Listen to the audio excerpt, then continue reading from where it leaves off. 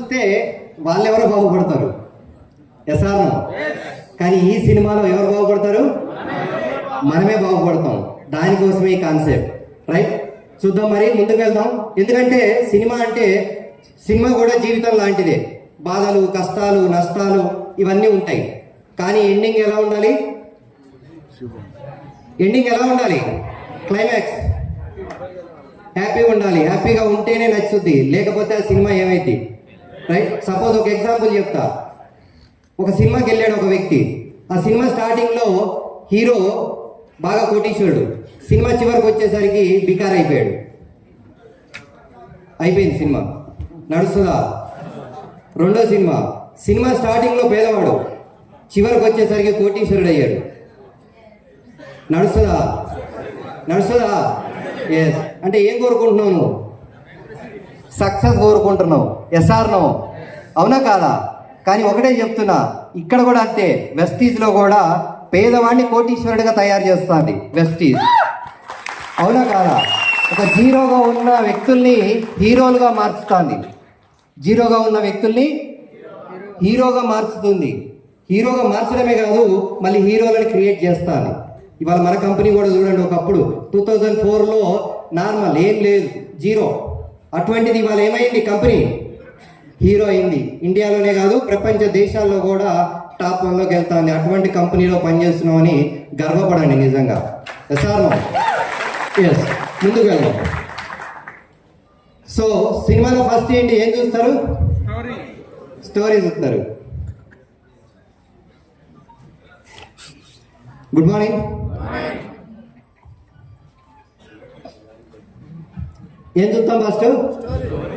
Story, అంతేనే కదా? So story ఏంటి?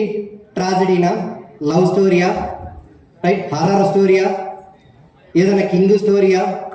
ఇది చూస్తాం. Yes or no? మనం కూడా అంతే కదా జీవితంలో. మన స్టోరీ కూడా బాగుండాలని చూస్తామా లేదా? హ్యాపీగా ఉండాలని అనుకుంటామా లేదా? Yes or no? రైట్. ఇక ముందుకు వెళ్దాం. స్టోరీ కథ ఫస్ట్. మరి నీ స్టోరీ ఏంటి? మేము బాగానే ఉన్నాం, ఇప్పుడు మేము డబ్బు సంపాదించుకుంటాం, వెస్టీజ్లోకి వచ్చేసి. మరి మీ సంగతి ఏంటి? మీరేం చేద్దాం అనుకుంటున్నారు?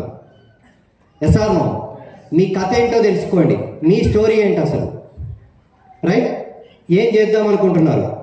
వచ్చి టైంపాస్ కోసం వచ్చారా? సీరియస్గా దీంట్లో డబ్బు సంపాదిద్దామని వచ్చారా? రైట్. ఇది ఆలోచన చేసుకోండి. మీ స్టోరీ ఎంత గట్టిగా ఉంటే మీకు చివరిలో క్లైమాక్స్ అనేది అంత హిట్ అవుతుంది. లేదంటే మీ క్లైమాక్స్ అనేది చాలా ట్రాజడీగా ఉంటుంది.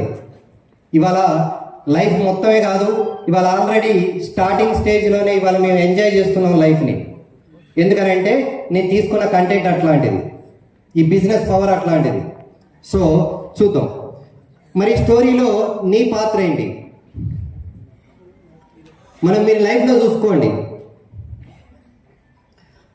ఒకడు ఉద్యోగం చేసుకుంటాడు, ఒకడు వ్యవసాయం చేస్తూ ఉంటాడు, ఒకడు బిజినెస్ చేస్తూ ఉంటారు, ఒకరు టైలరింగ్ చేస్తూ ఉంటారు. Yes or no? ఇది మన పాత్ర, అవునా కాదా? ఇంకొకరు బిజినెస్ మ్యాన్గా మారుతారు. ఈ పాత్రకి చాలా ఇంపార్టెంట్ ఉంటుంది, అంతేనా కదా? సినిమాలో చూసుకుంటే హీరోనా, హీరోయినా, సైడ్ క్యారెక్టరా, ఇలా మనం చూస్తాం. మెయిన్ రోల్ ఎవరిది ఉంటుంది? Hero, heroine. Yes or no? ఎందుకంటే వాళ్ళ క్యారెక్టర్ ఆ విధంగా ఉంటుంది. మరి మీ పాత్ర ఏంటి? మీరు అదే పనులు చేసుకుంటూ అక్కడే కూర్చుండిపోతారా? బయటకు వచ్చి లైఫ్ని మార్చుకుంటారా? డిసైడ్ చేయండి. సో ఇక్కడ మీ కథను మీరే రాసుకోవాలి, ఎవరు రాయరు ఇక్కడ. Yes or no?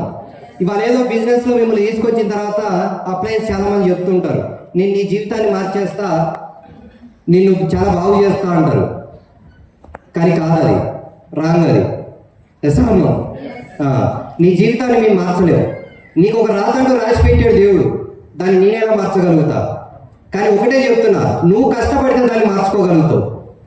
నువ్వు కష్టపడినంత వరకు దాన్ని ఎవ్వరు కూడా మార్చలేరు. వర్క్ చేసుకోండి, రైట్? చూడండి, 100 చిన్న చిన్న అవకాశాల కన్నా ఒక్క పెద్ద అవకాశం వస్తే చాలు, అవునా కాదా? ఇవాళ చాలా మంది ఇది కాదు ఇంకోటి, ఇది కాదు ఇంకోటి అని రకరకాలుగా తిరుగుతూ ఉంటారు, రైట్? 2-3 నెలలు ఉండడం, 2-3 నెలలు అసలు వ్యాపారాన్ని ఎలా డిసైడ్ చేసేస్తారు? ఎస్ఆర్ ఏదైనా ఒక వ్యాపారంలో సెట్ అవ్వాలంటే కనీసం 2 నుంచి 3 సంవత్సరాలు ఎవరైనా చూడండి, మీ విలేజ్లో అయినా సరే ఒక బిజినెస్ చేస్తున్నాడు అంటే అతను ఎన్ని రోజుల్లో సెట్ అయ్యాడు అక్కడ? ఎస్ఆర్ లేదు, దీంట్లో సక్సెస్ రాలేదని ఇంకో దాంట్లో ఎంతో మందిని చూస్తున్నా బిజినెస్కి వచ్చిన తర్వాత, రైట్? రకరకాల మంది అనవసరంగా తొందరపడి చేతులు కాల్చుకొని వాళ్ళ ఇంట్లోనే కూర్చుంటున్నారు.